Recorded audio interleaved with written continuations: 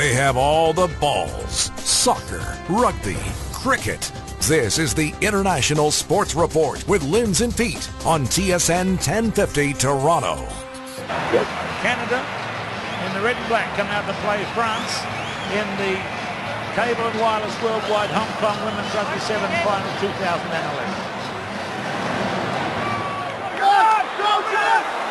Rugby run here by Ghislaine Landry. Look at this, all the way. Wonderful start for Team Canada. Number 5 is the captain.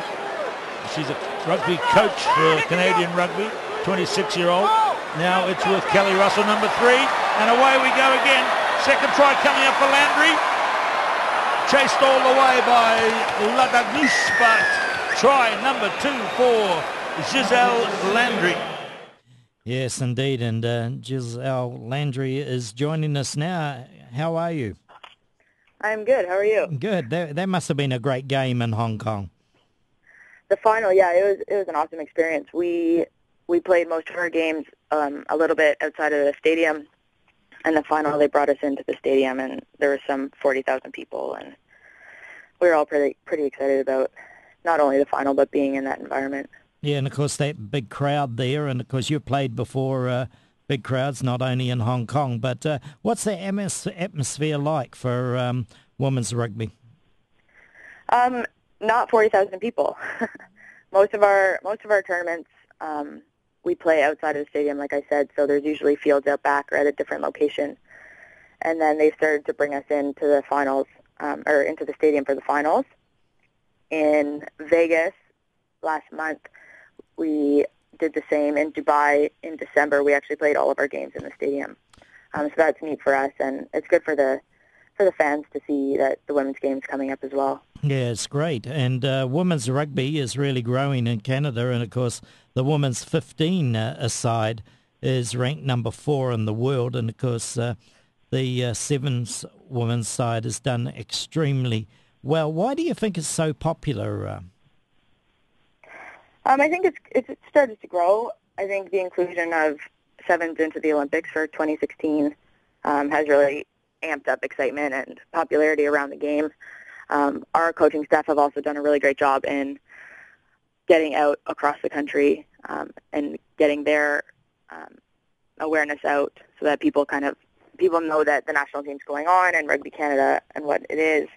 And then, I mean, there's a lot of coaches that are doing the grassroots level stuff, which is awesome. Yeah, and you come from a club side that's dear to my heart, is Toronto Scottish. I do, yeah. Yeah, you've had a great few seasons of winning the championship. Yeah, we have a great club back home. The alumni is great. Our coach is great. The boys side, they support us as well. And, yeah, we've had a good run. I think it's been 3 or 4 years now in a row. I've got Pierce Higgins on the line. I know he wants to have a bit of a chat to you. Pierce. Okay. Well, Giselle, yes, congratulations on the team's performance, number 1 in the world right now, and you're going to Hong Kong again. I'm sure you're all excited for that, and we're looking and hoping to see you joined by the men in the big stadium for the final day. What do you think? I hope so. Last year we were there, and I think that's the plan now. IRB has added Hong Kong to the women's circuit now, so I hope that kind of helps push us to get into the stadium, maybe for more than just the finals. Well, that would be excellent if that happens. And, of course, for the men, it's a huge tournament with the qualifiers now for the to become a core team. And the men have done so well over the last number of sevens that if they come out of Hong Kong in the top of the non-core teams, they will be added automatically to the core teams for next year. So it's a big, big event for both the men and the women in Hong Kong this year. That's right, yeah. And the men are working really hard back in Victoria alongside us, and both teams are excited to get there and excited to put into play what we've been practicing. And I mean, the women's team, we're excited for the men, and that'd be amazing if they could get back into the core group.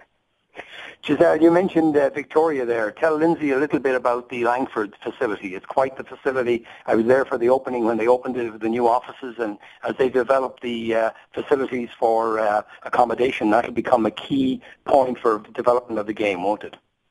Yeah, the Center of Excellence is what we call it. It's in Langford, and the city of Langford helped get that off the ground, and it's been amazing having our staff and our medical and our strength and skills work as well, all at the same location, has been really easy on the players.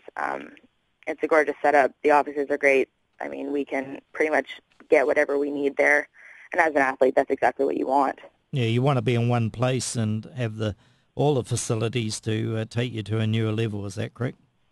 It is, yeah. We do a little bit of training at Pisces as well, but it's not too far away. And for the most part, we can do all of our training at the Center of Excellence. And the support that we've gotten so far has been amazing. Langford welcomed us with open arms, and they're excited to see what we can do with it. And I think the teams and the players and coaches are as well.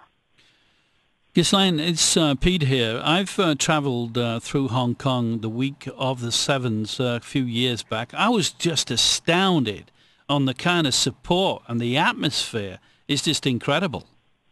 It is, yeah. I've been to a few of the tournaments now, and Hong Kong is by far the most fun tournament. I mean, everybody in the stands is so excited to be there. It flows out into the streets later in the night. Everyone's just excited to be there, and whether they're supporting their country or a fellow country,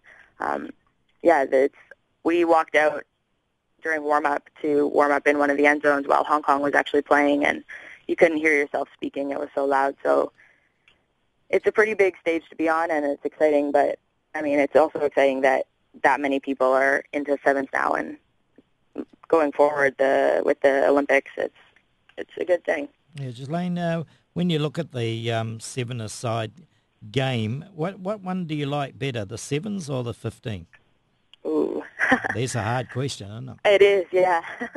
Right now, I'd have to say sevens. I mean, I'm a smaller and quicker player, and so I love the space and being able to make decisions in that. But then again, 15s, it's a mind game as well. So if I had to pick, I would pick sevens, but I'm not ready to make that choice yet. Okay, but sevens been in the Olympics, as Pierce mentioned, and that would be your goal. I mean, what a great opportunity for a young lady like yourself to play in the Olympics. Yeah, it'd be huge. I mean, when you start playing rugby, you don't expect to go to the Olympics, and that's never really part of your dreams going forward. I mean, you want to go to World Cups and you want to make the national team. But now that it's in the Olympics, all the girls that I'm training with, that's their goal. And if we can get there, we'll all be pretty excited. It's 4 years away now, and, I mean, we're training for Hong Kong and we're training for the tournament after that, but big picture is definitely in line. Okay, Chris, now I will see the phone going there, but Player of the Year award for the Women's Seven, and we wish you all the best. That was in 2011. We wish you all the best in Hong Kong, and do Canada proud. Thank you very much. We appreciate it. Right, yeah, that's Ghislaine Landry, National Women's Sevens player here on TSN Radio, the International Sports Report. Thanks, Pierce, for being on the program. Thanks, Lindsay. Have a good one.